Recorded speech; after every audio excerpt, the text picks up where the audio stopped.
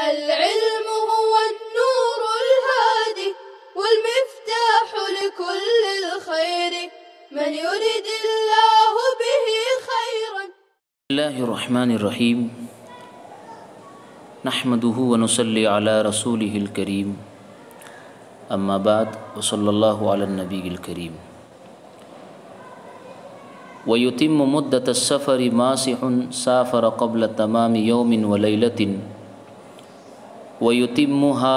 ويتمهما إن أقام قبلهما وينزع إن أقام بعدهما.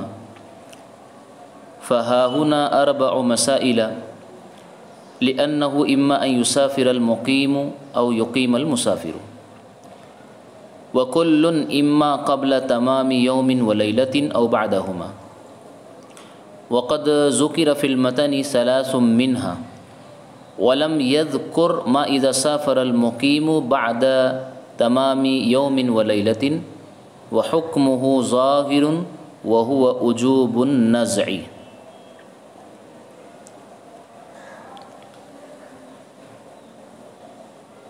محترم و مکرم عزیزان گرامی، السلام علیکم ورحمۃ اللہ وبرکاتہ۔ مسائل الخفین کے سلسلے میں مدت کا بیان ہمیں پتہ ہو گیا۔ مسافر 3 دن 3 راتیں خفین پر مسح کر سکتا ہے اور مقیم آدمی 1 دن 1 رات۔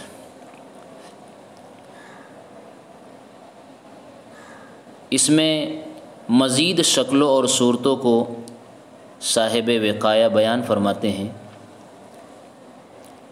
کیونکہ ایک مقیم کو سفر بھی درپیش ہو سکتا ہے اچانک، اور ایک مسافر کا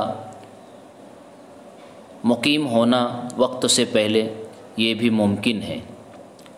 تو اس سلسلے کے مسائل کو یہاں بیان فرماتے ہیں۔ چنانچہ شارح کہتے ہیں کہ یہاں بنیادی طور پر 4 مسائل ہے، کیونکہ یا تو مقیم مسافر ہو جائے گا وقت سے پہلے، یا مسافر مقیم بن جائے گا۔ یہ 2 شکلیں ہو گئی، اور یہ دونوں شکلیں یا تو 1 دن 1 رات پورا ہونے سے پہلے پیش آئے گی یا 1 دن 1 رات پورا ہونے کے بعد پیش آئے گی۔ تو اس طرح 4 شکلیں بن گئی: مقیم کا مسافر ہونا، مسافر کا مقیم ہونا، اور ان میں سے ہر ایک یہ صورت 1 دن 1 رات پورا ہونے سے پہلے ہو یا 1 دن 1 رات پورا ہونے کے بعد ہو۔ اس طرح سے یہ 4 صورتیں بن گئی، جس میں سے مصنف وقایہ نے متن میں 3 شکلوں کو یہاں پر بیان فرمایا ہے، اور چوتھی شکل کو مصنف ماتن علام رحمۃ اللہ علیہ نے اس کے واضح اور ظاہر ہونے کی وجہ سے اس کو بیان نہیں کیا ہے۔ یہاں فرمایا کہ مدت سفر کو پورا کرے گا مسح کرنے والا جس نے 1 دن 1 رات پورا ہونے سے پہلے سفر شروع کر دیا۔ 1 دن 1 رات پورا ہونے سے پہلے جس کا سفر شروع ہو گیا، تو چونکہ اس کو 1 دن 1 رات ہی مکمل کرنا تھا، مقیم تھا، لیکن اقامت کی مدت مکمل ہونے سے پہلے ہی سفر درپیش ہو گیا، تو اب وہ مدت سفر پوری کرے گا، یعنی اس کی مدت اقامت مدت سفر سے بدل جائے گی۔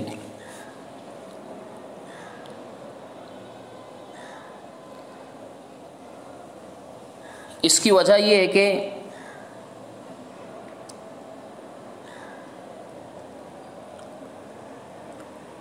مقیم نے 1 دن 1 رات پورا کرنے سے پہلے سفر شروع کر دیا، تو حدث قدم پر سرایت کرنے سے پہلے وہ مسافر بن گیا، اس لیے اب مدت لمبی ہو کر مسافرت کی مدت پر عمل کرے گا۔ اس کے برعکس دوسری صورت وَيُتِمُّهُمَا إِنْ أَقَامَ قَبْلَهُمَا، ایک مسافر جو خفین پر مسح کرنے والا ہے وہ 1 دن 1 رات کو پورا کر لیں گا، اگر 1 دن 1 رات سے پہلے وہ مسافر مقیم بن گیا تو مدت اقامت کی تکمیل کرے گا، یعنی مسح کر سکتا ہے، 1 دن 1 رات کو پورا کرے گا۔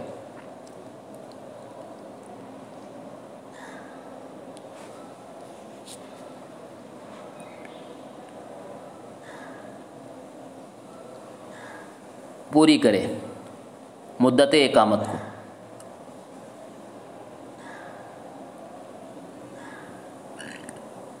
پس اگر مقیم کی مدت 1 دن 1 رات پوری کر چکا ہے، آگے والی صورت بیان کی، وَيَنْزَعُ إِنْ أَقَامَ بَعْدَهُمَا، تیسری صورت مسئلے کی اگر 1 دن 1 رات مکمل کر چکا ہے اس کے بعد مقیم ہوا ہے تو ظاہر بات ہے کہ موزے اتار لے اور پیروں کو دھوئے۔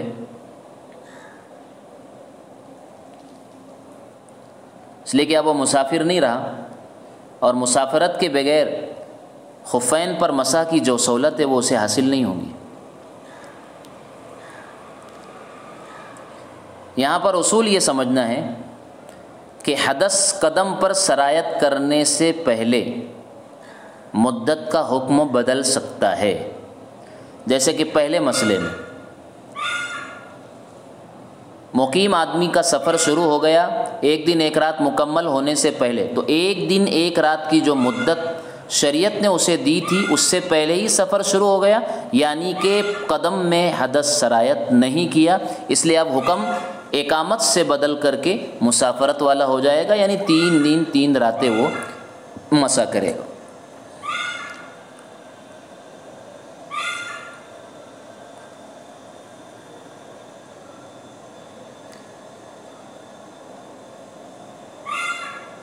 ان سب کے دلائل وہی ہیں جو مشہور حدیث حضرت مغیرہ ابن شعبہ کی جو اس سے پہلے بیان کی گئی ہے کہ رسول اللہ صلی اللہ علیہ وسلم نے مقیم کے لیے 1 دن 1 رات اور مسافر کے لیے 3 دن 3 راتوں پر 3 راتیں مسح کرنے کی اجازت دی ہے۔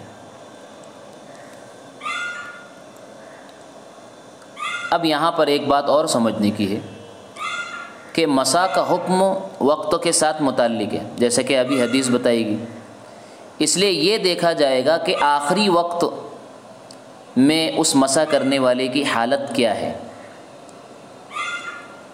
وہ مسافر ہے یا مقیم ہے، وقت آخر کا اعتبار ہوگا۔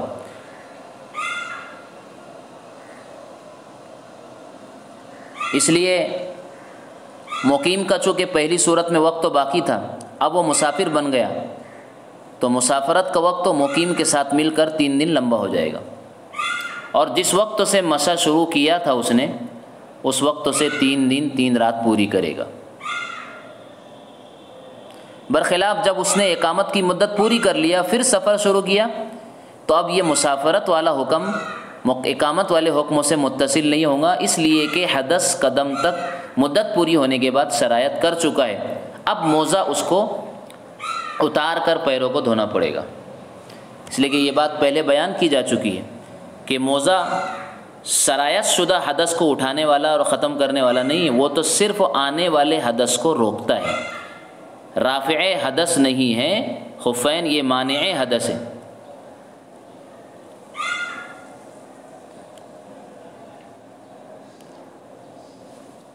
اب چوتھی شکل جس کو مصنف نے یہاں بیان نہیں کیا ہے، شارح کہتے ہیں ذکر فی المتن ثلاث منہا، کہ یہاں 4 میں سے 3 شکلیں تو بیان کر دی گئی ہے۔ پہلی جو ہے شکل انہوں نے بیان کی کہ مقیم 1 دن 1 رات ختم ہونے سے پہلے سفر کرے، اس کو انہوں نے بیان کیا ہے وَيُتِمُّ مُدَّةَ السَّفَرِ مَا سَهٌ قبل تمام یوم ولیلۃ۔ دوسری صورت یہ ہے کہ مسافر 1 دن 1 رات مکمل ہونے سے پہلے مقیم ہو جائے، اسے انہوں نے بیان کیا وَيُتِمُّهُمَا إِنْ أَقَامَ قَبْلَهُمَا۔ اور تیسری صورت یہ بیان کی کہ مسافر 1 دن 1 رات مکمل کرنے کے بعد مقیم ہو، اسے وَيَنْزَعُ إِنْ أَقَامَ بَعْدَهُمَا سے بیان فرمایا۔ اب چوتھی صورت جس کا صراحت کے ساتھ ذکر نہیں کیا وہ یہ ہے کہ مقیم 1 دن اور 1 رات مکمل کرنے کے بعد، مقیم 1 دن 1 رات مکمل کرنے کے بعد سفر کرے، تو چونکہ اس کا حکم ظاہر ہے کہ مقیم کے لیے مدت مسح 1 دن 1 رات ہے اور وہ پوری ہو چکی ہے، لہٰذا اب اس کے ذمے میں موزہ اتارنا واجب ہے، تو یہ حکم چونکہ چوتھی صورت کا ظاہر تھا اس لیے مصنف نے اس کو بیان نہیں کیا۔ ان مسائل کی اصل یہ ہے کہ جو احادیث توقید پر دلالت کرتی ہے ان سے یہی بات واضح ہوتی ہے کہ مسح علی الخفین کا حکم وقت سے متعلق ہے، اس لیے ان میں آخری وقت تو معتبر ہوگا، جیسا کہ نماز کا حال ہے کہ وہ وقتوں کے ساتھ متعلق ہے، اس لیے طہر ہے، حیض ہے، اقامت ہے اور سفر ہے، اس میں آخری وقتوں کا آخری حصہ ہی معتبر ہوتا ہے۔ اگر آدمی وقتوں کے آخری حصے میں اگر ناپاک ہو جائے، جنوبی ہو جائے، عورت حیض اور نفاس والی ہو جائے، تو اس وقتوں کی نماز اس سے ساقط ہو جائے گی۔ اور اگر آخری وقتوں میں وہ پاک ہے، گرچہ کہ اس کو صرف تھوڑا وقت ملا جس میں وہ نیت باندھ سکے، تکبیر کہہ سکے، اس وقتوں کی نماز اس کے ذمہ لازم ہو جاتی ہے۔ یہ ہم مسائل پہلے پڑھ چکے ہیں۔ بہرحال جس طرح نماز چونکہ اوقات سے متعلق ہے تو اس میں آخری وقت اور آخری حصہ ہے، وقتوں کا اعتبار ہے۔ اسے مسائل الخفین چونکہ مؤقت ہے، وقتوں سے اس کا تعلق ہے، اس میں بھی انسان کی مسح کرنے والی کی آخری پوزیشن معتبر ہوگی، اور اسی سے متعلق یہ مسائل شارح وقایہ نے تفصیل سے بیان فرمائے۔ آگے ذکر کیا وَلَمْ يَذْكُرْ مَا إِذَا سَافَرَ الْمُقِيمُ بَعْدَ تَمَامِ يَوْمٍ وَلَيْلَةٍ، یہ چوتھی شکل کا بیان ہے۔ وَحُكْمُهُ ظَاهِرٌ، اس کا حکم ظاہر تھا، وَهُوَ وُجُوبُ النَّزْعِ، اور وہ حکم ہے کہ جب ایک دن ایک رات مقیم کے پورے ہو چکے ہیں تو اب اسے موزے اتار کر پیروں کو دھونا ہے۔ آگے کہتے ہیں وَيَجُوزُ عَلَى جَبِيرَةِ مُحْدِثٍ وَلَا يُبْطِلُهُ السُّقُوطُ إِلَّا عَنْ بُرْءٍ الْمَسْحُ عَلَى الْجَبِيرَةِ ان اضر جاز ترکہ وان لم یضر فقد اختلفت الروایات عن ابی حنیفہ فی جواز ترکہ۔ جبیرہ اس کی جمع جبائر آتی ہے۔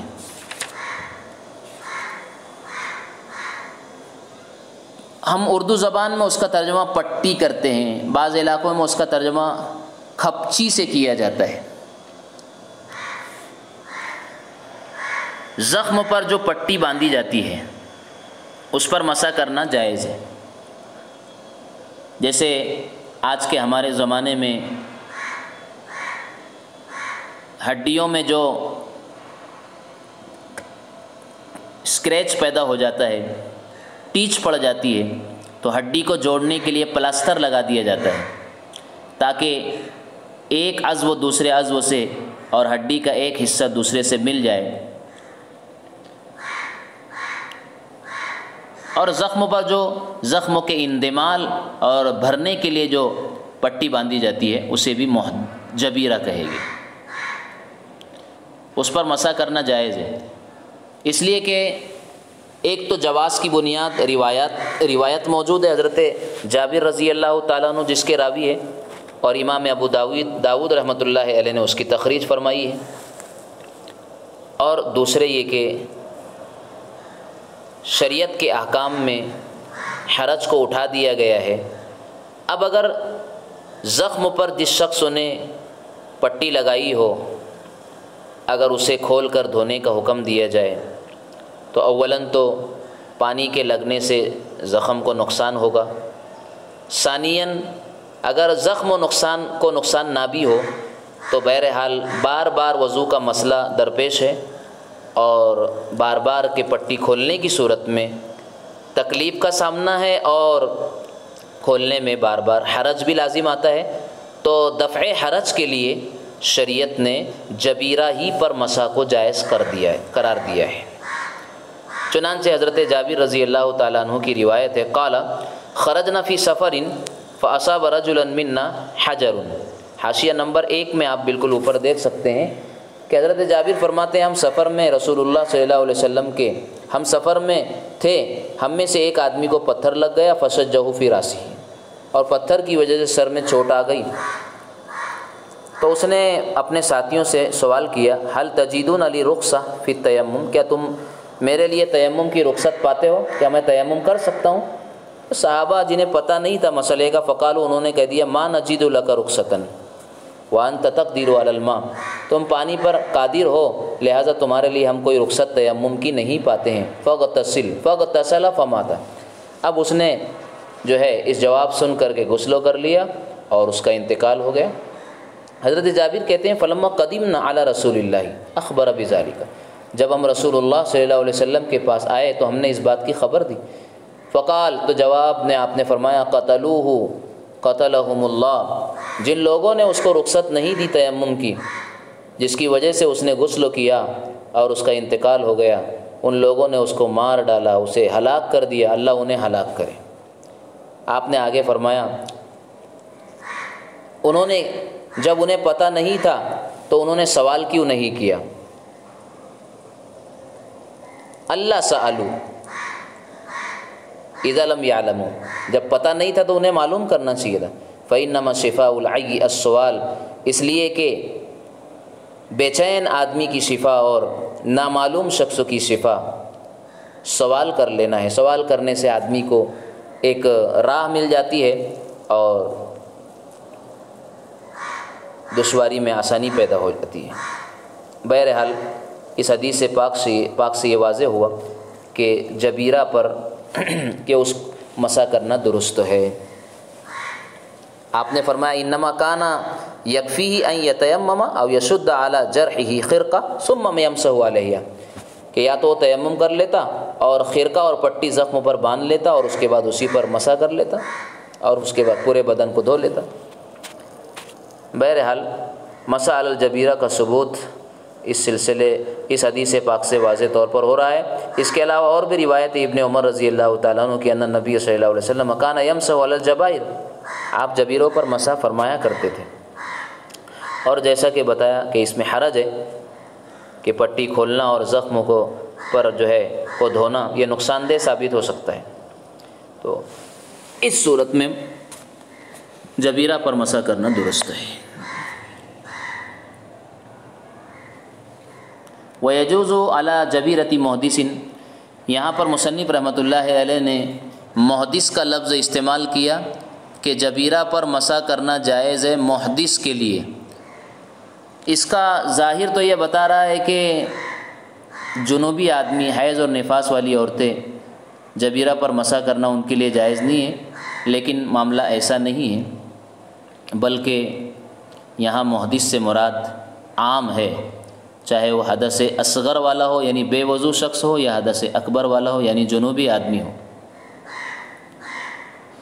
دونوں کے لیے مسح کرنا جائز ہے۔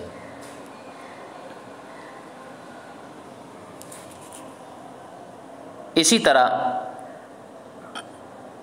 مسح علی الجبیرہ کے لیے پٹی کو طہارت پر باندھنا بھی شرط اور ضروری نہیں ہے۔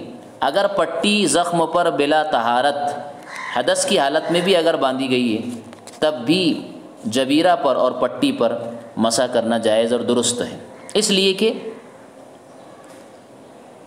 پہلی بات تو یہ کہے گے کہ کوئی ایسی دلیل موجود نہیں ہے جس سے مسح علی الجبیرہ کے طہارت پر باندھنے کی شرط معلوم ہوتی ہو، ایسی کوئی دلیل موجود نہیں ہے۔ طہارت پر ہونا یہ ضروری نہیں ہے، جبکہ مسح علی الخفین کے سلسلے میں، موضوع پر مسح کے سلسلے میں احادیث آئی ہے جو اس بات پر صریح دلالت کرتی ہے کہ موزے بحالت طہارت پہنے گئے ہو، وہ روایات ہم سے پہلے بیان کر چکے ہیں۔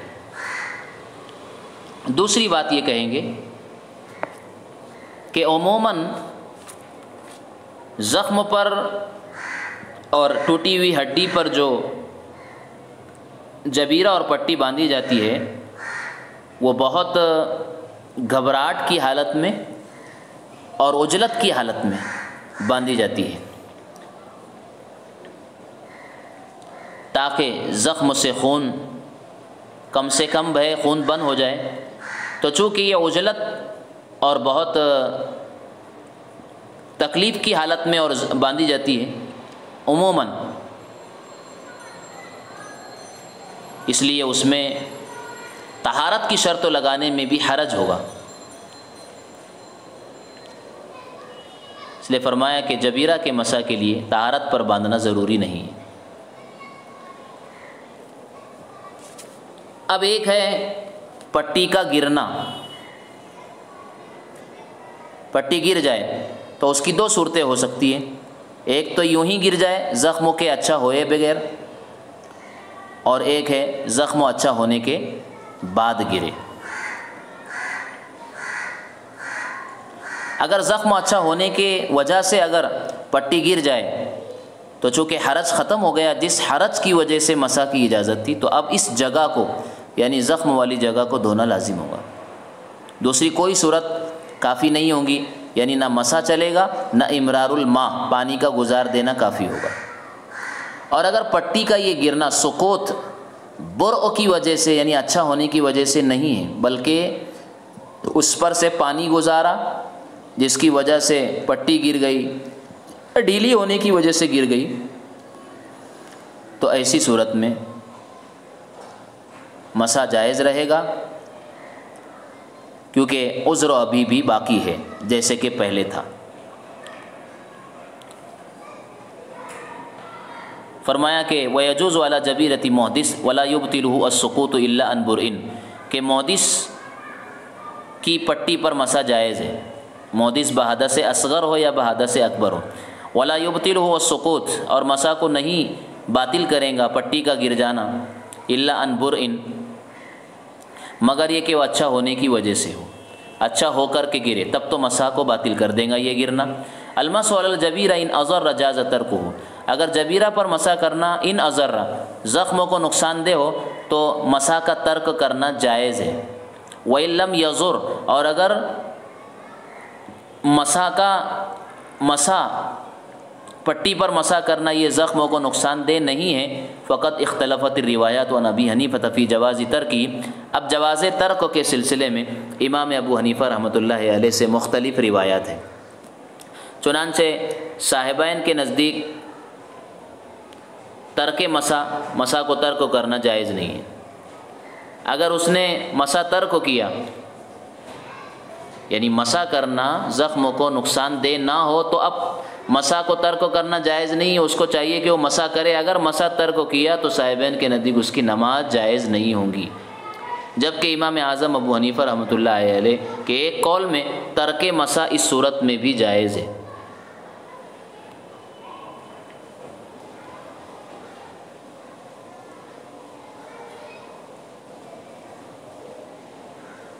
فقط اختلفت الروایات عن ابی حنیفہ فی جواز ترکی والماخوذ انه لا يجوز ترکہ جبکہ شارح یہ کہتے ہیں کہ صحیح قول یہ ہے کہ ان کے نزدیک یہ واجب ہے، فرض نہیں ہے۔ ماخوذ کی جو تعبیر ہے مشائخین کے نزدیک وہ مفتہ بھی قول کے لیے استعمال کی جاتی ہے۔ تو مطلب یہ ہوا کہ اگر جبیرہ پر مسا کرنا زخموں کو نقصان دہ نہ ہو تو اب فتویٰ اس قول پر ہے کہ لا یجوز ترکہ مسا کو ترک کرنا جائز نہیں ہے، گویا صاحبین کی بات پر فتویٰ ہے جو یہ کہتے ہیں کہ اگر نقصان دہ نہ ہو تو پھر جو ہے ترک مسا ان کے نزدیک جائز نہیں ہے۔ مفتہ بھی قول یہی۔ اس سلسلے کے مزید مسائل کو ہم اگلے سبق میں پڑھیں گے۔ اللہ تعالی ہمیں سمجھ عطا فرمائے اور عمل کی توفیق عطا فرمائے۔ وآخر دعوانا السلام عليكم. لا تنسوا الاعجاب بالفيديو والاشتراك في القناة تشجيعا لنا لنستمر بنشر المزيد إن شاء الله.